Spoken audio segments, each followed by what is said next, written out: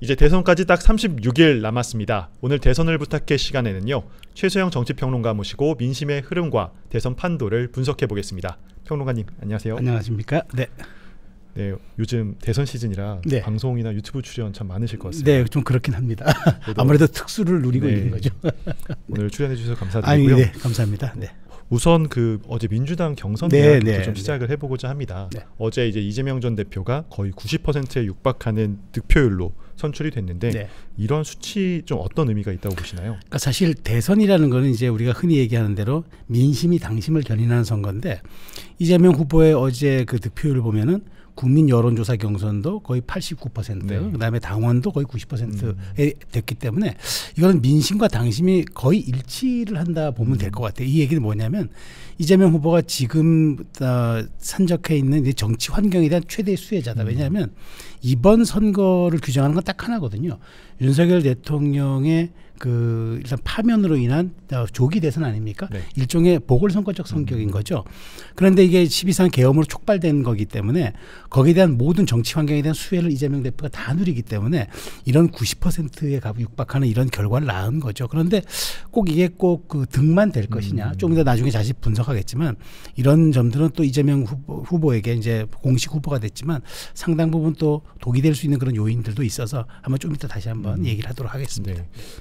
이번 득표율은 사실 역대 그런 민주당이나 보수 정당과 비교해서 굉장히 높은 득표율로 그렇습니다. 나옵니다. 그래서 네. 김대중 전 대통령 경우 이제 15대 대선 때 그 당시 78.04% 득표율을 그랬죠. 기록을 네. 했었고요. 박근혜 전 대통령도 이제 18대 대선 때 83.97%라는 네. 굉장히 당시에는 높은 수치였는데 그보다도 더 높은 수치를 보였습니다. 이런 좀 상황에서 이재명 후보가 당을 확실하게 좀 장악했다 이렇게 좀 볼 수 있을까요? 그렇죠. 이제 1극을 넘어서 이제 당을 완전히 이재명 후보의 공고화 체제로 네. 이제 더 접어들었다 보고요.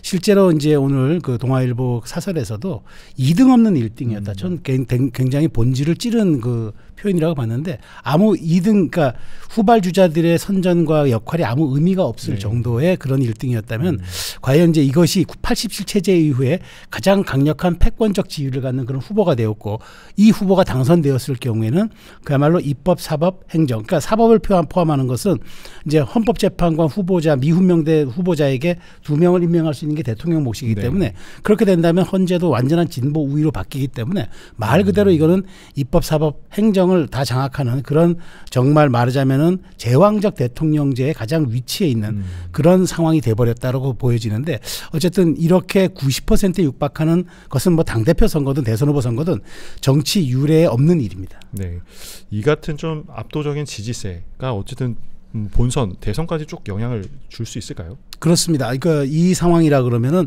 사실 지금은 대선까지 활주로가 매우 짧은 상황 아닙니까? 네. 어찌 보면 정상적 상황이라 그러면 원래 당내 경선만 2달이 걸리는데 이번은 네.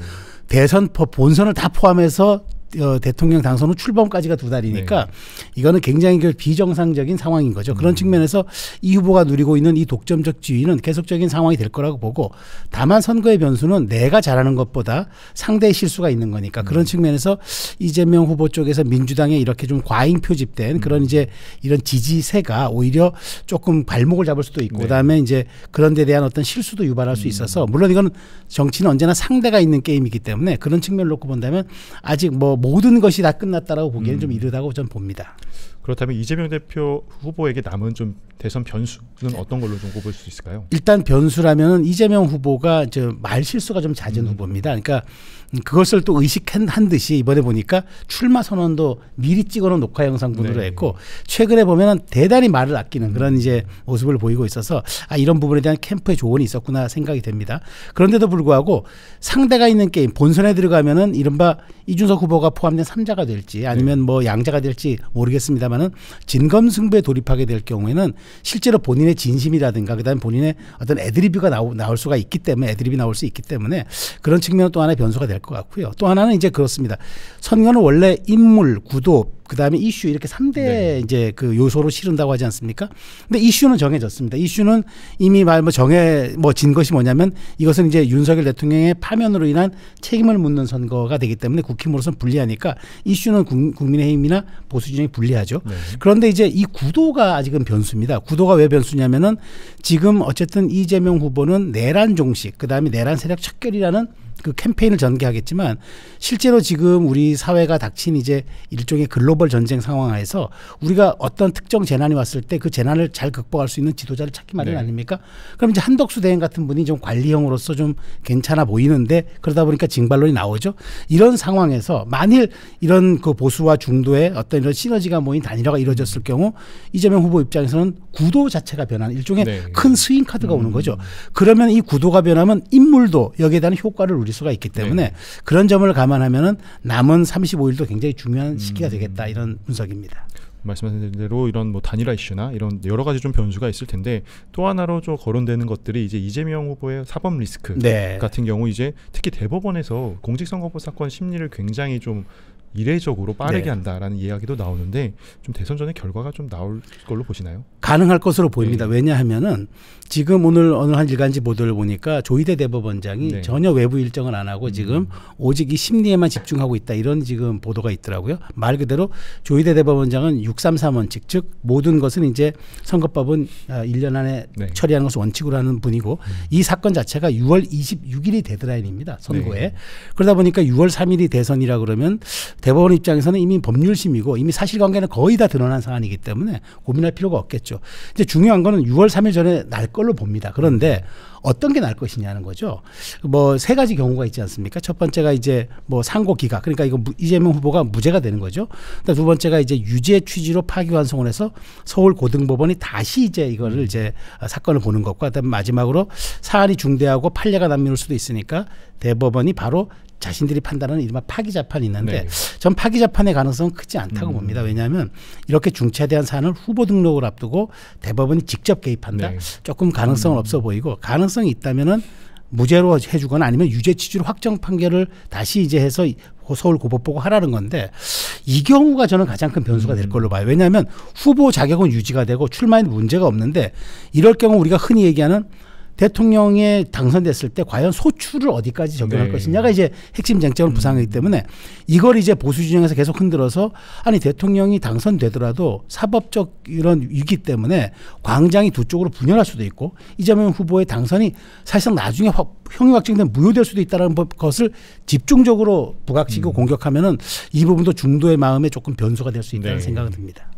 이재명 후보 이제 후보 확정되고 첫날 오늘 행보에 네네. 나섰습니다. 이제 첫날 행보는 뭐 여러 후보들과 마찬가지이긴 한데 네. 그 국립현충원을 이제 참배를 하면서 네. 이번에는 그 이승만 전 대통령과 박정희 전 대통령 묘소 참배를 했습니다. 네. 거기다가 이제 추가로 나온 보도를 보면 네. 윤여준 전 환경부 장관을 이제 선대위로 이제 영입을 했다. 네. 뭐 대표적인 좀 보수 책사로도 꼽히시는 분인데 이러한 일련의 좀 행보 좀 어떻게 평가를 하시나요? 지금 이재명 후보가 지금 그 이번 본인의 대선 캠페인의 가장 큰 화두는 한쪽은 내란 정식이지만 한쪽은 통합입니다. 네. 어저께 바로 이제 그 후보 수락 연설에서도 통합이라는 단어 14번이라는 걸 맞습니다. 했죠. 예. 우리가 어떤 특정 단어를 강조하거나 특정 메시지를 부각하는 경우는 그게 자신의 취약한 경우가 많습니다. 내가 가진 장점을 홍보하기 위해서 그 말을 많이 반복하는 경우도 있지만 특정 부분을 많이 강조할 때는 내가 가지지 못한 것, 나의 어떤 취약한 점들을 보완하려는 보완제적 측면에서 강조하는 측면이 많은데 저는 후자라고 봅니다. 네. 많은 분들이 이재명 후보의 말바꾸기를 두려워합니다. 그러니까 도대체 그냥 모든 것을 해놓고 그거 진짜 내 진심이 아니었다 얘기를 많이 우리가 사례가 있지 않습니까? 그러다 보니까 정치보복 안 하겠다고 얘기를 합니다. 계속 얘기합니다. 그런데 어느 후보가 나 당선되면 정치보복 할게요라고 얘기하는 후보가 세상 어디 천지에 있겠습니까? 네. 그러니까 그 말은 당연한 건데 그 말의 진심을 자꾸 안 믿다 보니까 강조하는 거죠. 그래서 14번을 한 거고 오늘의 퍼포먼스의 핵심도 마찬가지입니다. 이승만 대통령 건국의 아버지, 이른바 국부로 지금 그 보수 진영에서는 추앙받는 분이고 박정희 대통령은 실제로 우리 근대 국가를 만든 분이라고 평가받습니다. 네. 그러면 이 두 분을 존중하고 참배한다는 거는 내가 이분들을 안고 가겠다. 즉 이 부분에 대한 건 내가 포용성과 다양성으로 인정을 하겠다는 거잖아요. 게다가 이제 윤여준 전 장관을 모신다는 거는 이분을 이제 뭐 보수진의 책사라고 하기도 하지만 중도 보수의 영향력이 있는 분이고 네. 최근에 얼마 전에 정규제 조갑제라는 두 보수 농객들 만남으로써 저는 굉장히 영토 확장을 깨하고 있다고 봅니다. 그런데 중요한 건 제가 말씀드린 대로 이재명 후보의 3대 위기 키워드는 뭐냐? 진짜 통합할 것이냐? 정말 신뢰할 수 있느냐? 그리고 당신 정말 신중한 후보냐? 이 세 가지가 이재명 후보를 저는 가늠하는 굉장한 그 평가 키워드라고 보는데 이 세 가지를 과연 다 이렇게 퍼포먼스화는 하겠지만 과연 본선 캠페인에서도 지속적으로 이 부분에 대한 말이 흔들림 없이 가능할지 지켜볼 대목입니다. 그러면 이제 민심 향방을 좀 알 수 있는 네. 여론조사 결과를 좀 분석해보는 시간도 가져보도록 하겠습니다. 예, 국민일보 의뢰로 이제 한국갤럽이 이재명 네. 후보와 범보수 후보군 간의 가상 양자 대결 조사를 좀 했는데요. 네. 네, 이거는 일단 이 후보가 이제 확정되기 전에 진행한 조사라는 점 먼저 말씀을 네. 드리고요. 이 후보가 어떤 후보 상대로도 과반이 넘는 지지율을 기록했습니다. 이런 결과 좀 어떻게 보시나요? 전 세 가지 의미가 있다고 봅니다. 첫 번째, 국민의힘이 단독 후보로는 이길 수 없다. 그 의미가 담겨 있고요. 두 번째가 압도적 강자가 또 국민의힘 후보군엔 없다. 네. 이제 세 번째가 이재명 대 후보가 50%를 넘어가는 수치는 양자대결에서 계속 나오지만 만일 이게 연대론 혹은 그다음에 범보수 중도 연합으로 가는 이른바 진영 대결 구도로 갔을 때는 승부를 예측할 수 없다. 네. 이 세 가지가 담긴 함이라고 저는 생각합니다. 특히 아직 출마 선언을 하지 않은 이제 네. 한덕수 대행이 좀 변수가 될 텐데 네.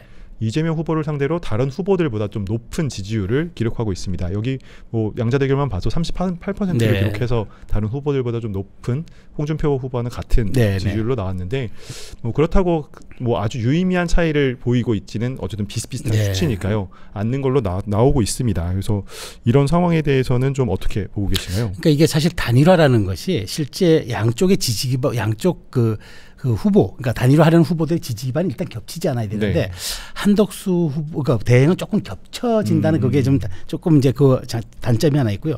그다음에 이제 시너지는 날 겁니다. 왜냐하면 이제 패배한 후보 쪽의 지지층이 거의 70% 이상이 갈 거로 보기 때문에 그건 되는데 그런데 이렇게 되려면은 그 장 외에 있는 후보가 사실상 장 내에 있는 후보들보다 2배 수치에 가까운 압도적인 우위를 보여줘야 실제로 그 단일화의 동력이 생깁니다. 그런데 네. 엇비슷해 버리면은 실제로 단일화하는 것이 기계적인 합산 외에는 큰 의미가 없지 않느냐 이런 네. 이제 지적이 나오기 때문에 그런데 이제 이 중요한 거는 지금은 아직까지 출마의 출자도 꺼내지 않은 상황이란 말이죠. 네.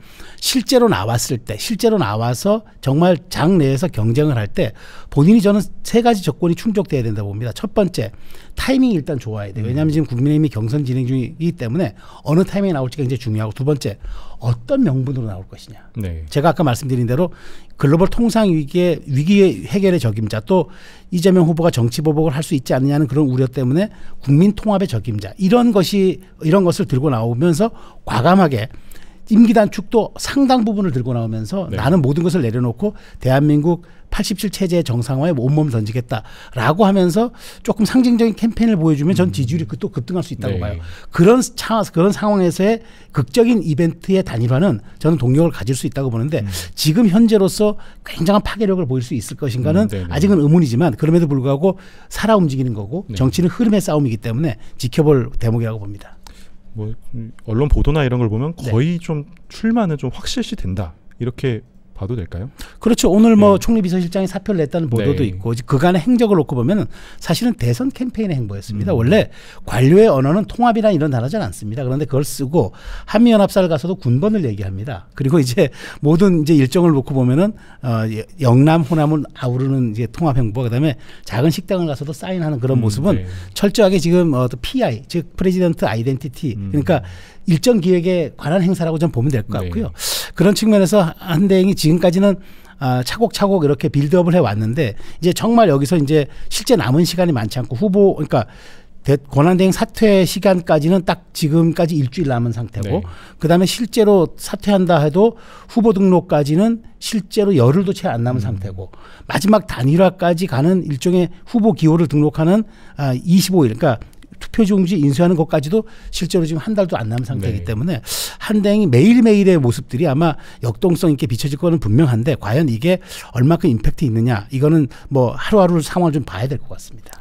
한덕수 대행이 이제 공식적으로 이제 출마를 선언을 만약에 하게 되고 하면 이제 평가들이 이제 중도에서도 그렇고 그런 냉정한 좀 경쟁력에 대한 평가가 그렇죠. 이루어질 네. 겁니다. 그럼 이 경우에 이제 중도층에서는 이 한덕수 총리의 출마를 좀 어떻게 좀 평가할 걸로 보시나요? 그러니까 이제 우리 이제 정치 이론 중에 중위 투표자 이론이라는 게 있습니다. 이게 뭐냐면 유권자들은 자신의 성향과 가까운 거리에 있는 정당이나 후보를 선택한다는 게 중위 투표자 이론인데 사실상 이게 승부를 가릅니다. 왜냐하면 우리가 총선 때는 실제로 총선과 대선의 투표율을 비교하면은 약한 전체적으로 10%포인트 차가 납니다. 그 얘기 뭐냐면 총선은 회고형 투표고 책임형 투표지만 대선은 미래형 투표고 전망형 투표이기 때문에 내 삶을 5년을 맡기는 것과 내 지역구를 4년 맡기는 건 다르거든요. 네. 그런 측면에서 언제나 투표율에 갭이 10% 나는 거는 이분들이 결국은 이 스윙을 하고 판을 가르는 요소인데 이분들이 말하자면 늘 투표할 때 행위가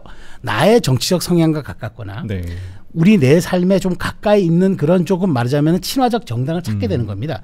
그런 측면에서 한대행이 이 부분을 공략한다 그러면은 저는 굉장히 좀 파괴력이 있을 걸로 네. 봐요. 왜냐하면 기득권을 내려놓고 그다음에 범보수 빅텐트를 넘어서 이른바 그랜드 텐트까지 치는 그런 어떤 중도 확장을 보여주고 그것으로 인해서 국민의힘까지 다 끌어안는다면은 그거는 파괴력이 대단하죠. 사실상 1대1 구도인데 그런 점이 있다면은 저는 마지막에 어떤 이 10%의 그런 중위 투표자 이론에 가까운 분들이 저는 표를 선택할 수도 있다고 봅니다. 네.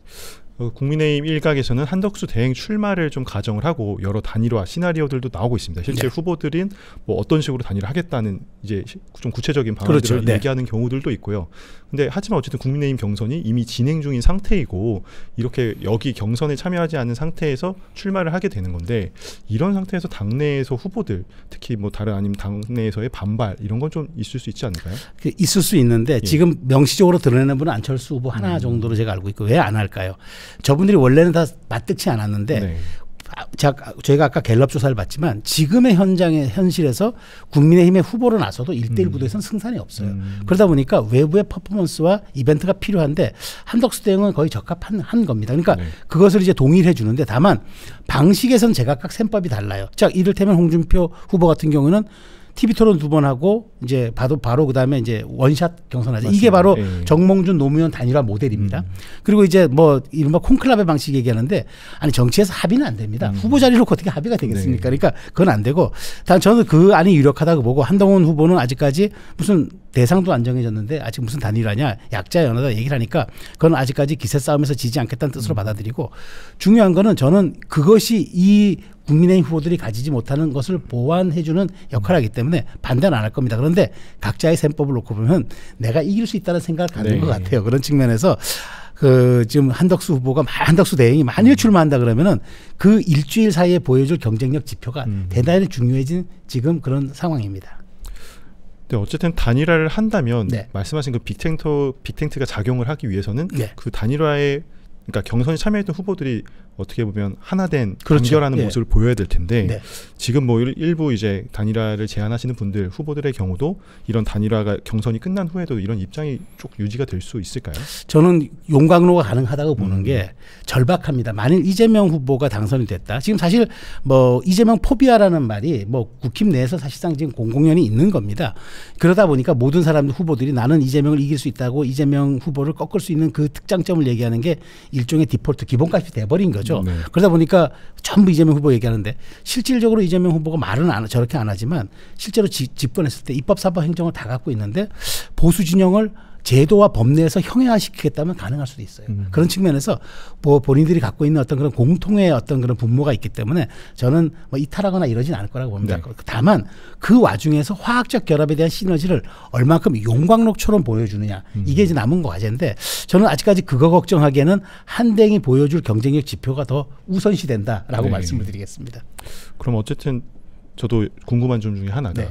한 권한대행 같은 경우에는 이제 오랫동안 이제 행정이나 이렇게 그렇죠. 몸을 담아 오셨는데 사실 정치권의 좀 화법이나 뭐 여러 가지 그런 정치권의 문법은 많이 다른 상황이잖아요. 그렇죠. 네. 그럼 대선 과정에서 그 과정을 좀 충분히 버텨낼 수 있다 이렇게 보시나요? 그렇죠. 그게 우리가 흔히 얘기하는 정치적 근육이라고 합니다. 네. 근데 이 정치적 근육은 갑자기 뭐 단시간에 생성되는 게 아니라 이제 일종의 어떤 그 축적의 시간을 거치면서 생성되는 게 맞죠. 그런데 지금은 사실 전시 상황에 준하는 거고 네. 비상 상황인데 기존의 정치 문법이나 상식에 뭐 우리가 비춰서 생각하기에 너무 짧은 시간인데 다만 저분이 이제 보수와 진보를 다 넘나들었던 총리 경험이 있고 그다음에 그 진보 정권에서 일종의 협상을 했었던 또 통상본부장이고 그런 또 여러 가지 장점이 많은 분이고 또 호남 출신이라는 또 이제 장점도 있고 우리 국민통합이라는 또 그런 모델을 만들기도 좋고 그런 측면에서 저는 제가 보기에 지금 사실상 한 2, 3주 전 동안 보여줬던 게 일종의 약간 데뷔전 양상이라 네. 좀 보여집니다. 그런 측면에서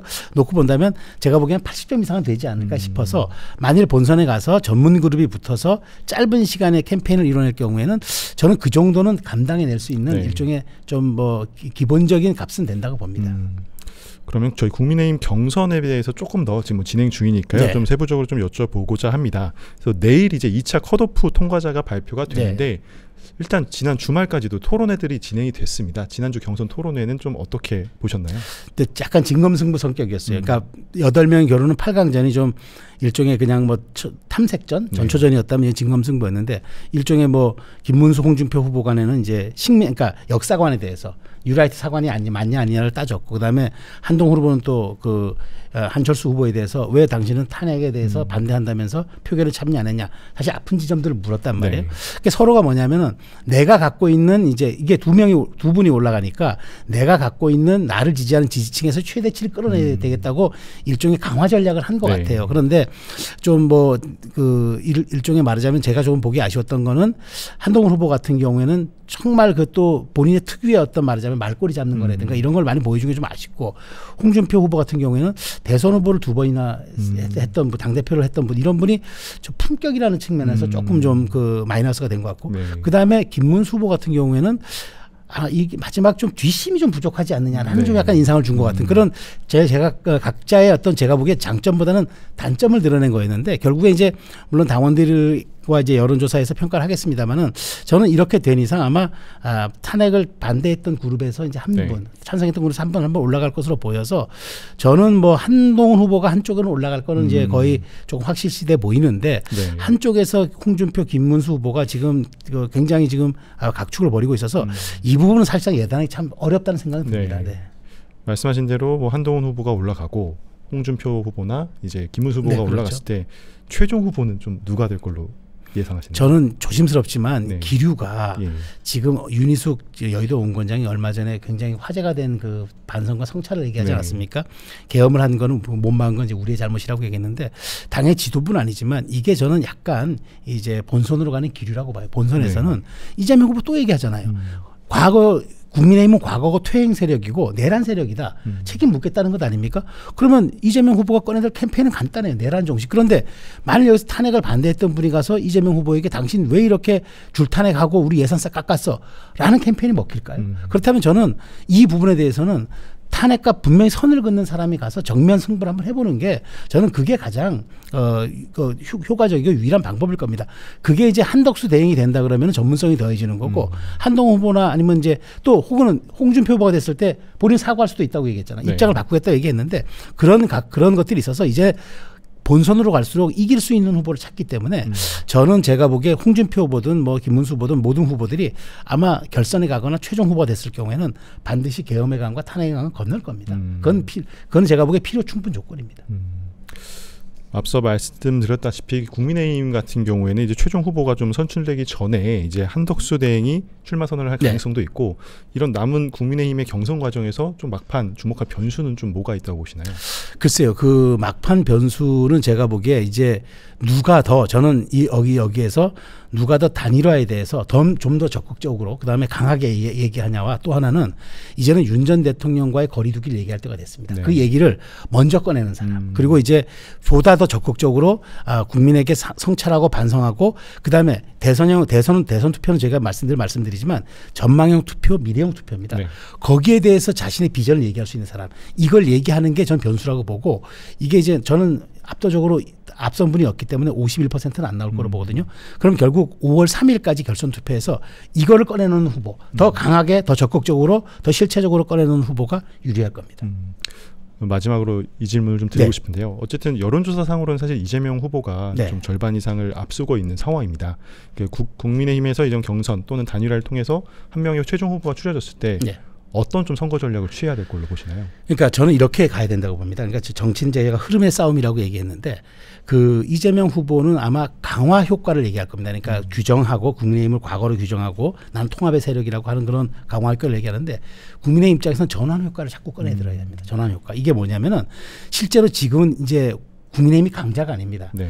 실제로 민주당이 오버도그 강자고 국민의힘이 언더도그 약자입니다. 우리는 게임할 때 싸움할 때 약자를 응원하는 심리가 있어요. 그렇기 때문에 그런 어떤 말하자면 전환 효과에 대한 어떤 그런 가능성들을 계속 강조하면서 약자로서의 이미지를 부각하고 이재명 후보가 가졌을 때 입법, 사법, 행정을 가진 정말 연성 독재가 우려되고 아무도 제어할 수 있는 장치가 없다.